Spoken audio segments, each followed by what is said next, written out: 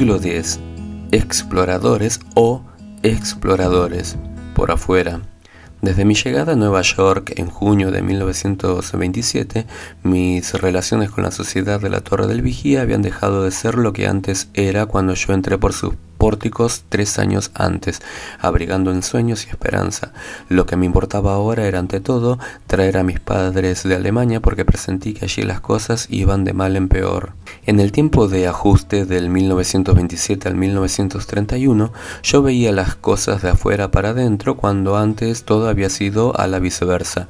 Me instaban a volver a la vida activa, pero me negué a ello. Mis padres y otras personas entusiastas, adherentes de la sociedad, desde luego se dispusieron a servir con ánimo como lo habían hecho en Berlín, y de nuevo hacían presión para que yo me reenlistara como antes. Pero mi poca voluntad, debido a las tristes memorias de lo que nos había acontecido en Magdeburgo, me hizo evadir los compromisos. Cierto es que aquí en Brooklyn no tenía los dirigentes de la torre el manejo dictatorial de los que movían la cosa en Alemania, y sin embargo la Torre del Vigía, aprovechándose de nuestros métodos de allá y siguiendo nuestras pisadas, desarrollaba la teocracia y ponía ese sistema en vigor con la más firme determinación. En América se rezagaban en la obra.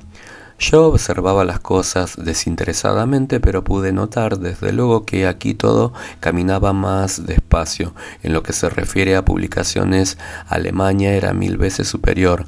Desde el 1929 se trató de mejorar nuestro retardo o de evitarlo, y se imitaron los pasos que nos habían hecho poderosos y eficientes en Alemania. La depresión de esos años vino a detener nuestra marcha, pero el intermedio produjo ganancias enormes a la Torre del Vigía. Todo caminaba despacio y no era igual a la vida incansable y activísima de Berlín. Pronto descubrí que no podía ser de otro modo, porque los alemanes eran muy distintos de los americanos en el modo de pensar. Estos no querían ser sujetos a la regimentación, y había que echar mano de otros medios para someterlos a la obediencia en masa. En Europa la sociedad se aprovechó de la circunstancia que reinaba a causa de la guerra, pero eso no había afectado aquí, y no se podía tratar de seguir en todo el mismo programa, sino modificado y apropiado a la vida de este país. Allá todo era confusión e inseguridad, y nada era estable. Aquí, por el contrario, la vida seguía después de la guerra como antes, totalmente serena y normal.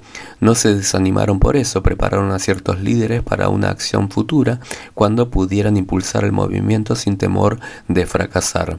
El 1929 trajo esa oportunidad que tanto ansiaban, pero cerca de 4 años América se debatió en el lago de la terrible depresión, y la sociedad se aprovechó de la coyuntura que se le presentaba como si les viniera del cielo.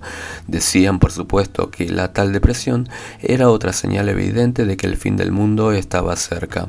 Se formaron, si vale la expresión, pequeños lagos o charcos donde la gente perecía asustada por esa depresión formidable que iba a arruinar a todos, y en esas aguas revueltas la torre se echó a pescar y halló con facilidad lo que buscaba: ser como el arca donde todos pudieran acogerse y hallar pronto refugio.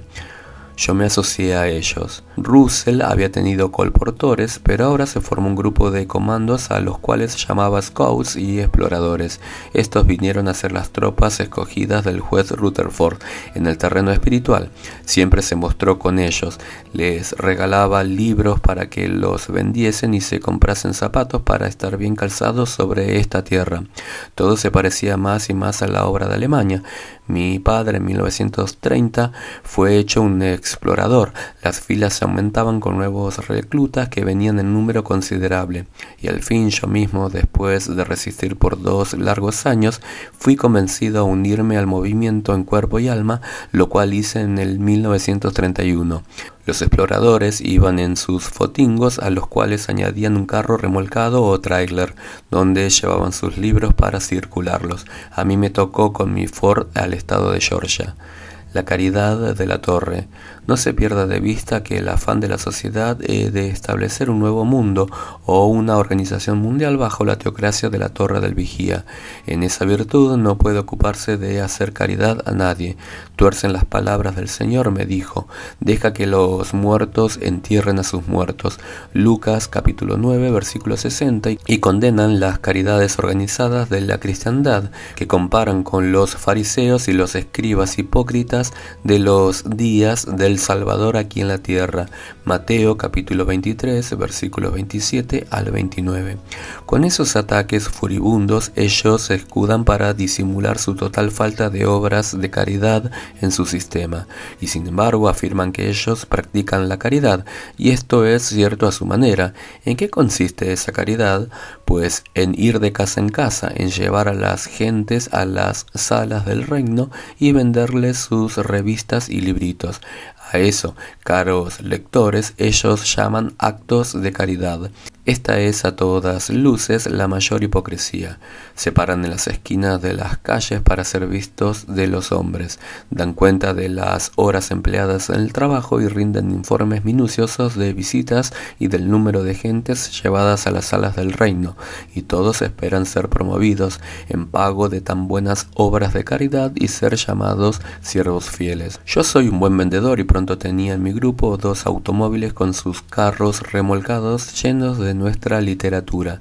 Si la gente no tenía dinero, no había dificultad en cambiarles nuestras publicaciones por gasolina o por combustibles de todas suertes.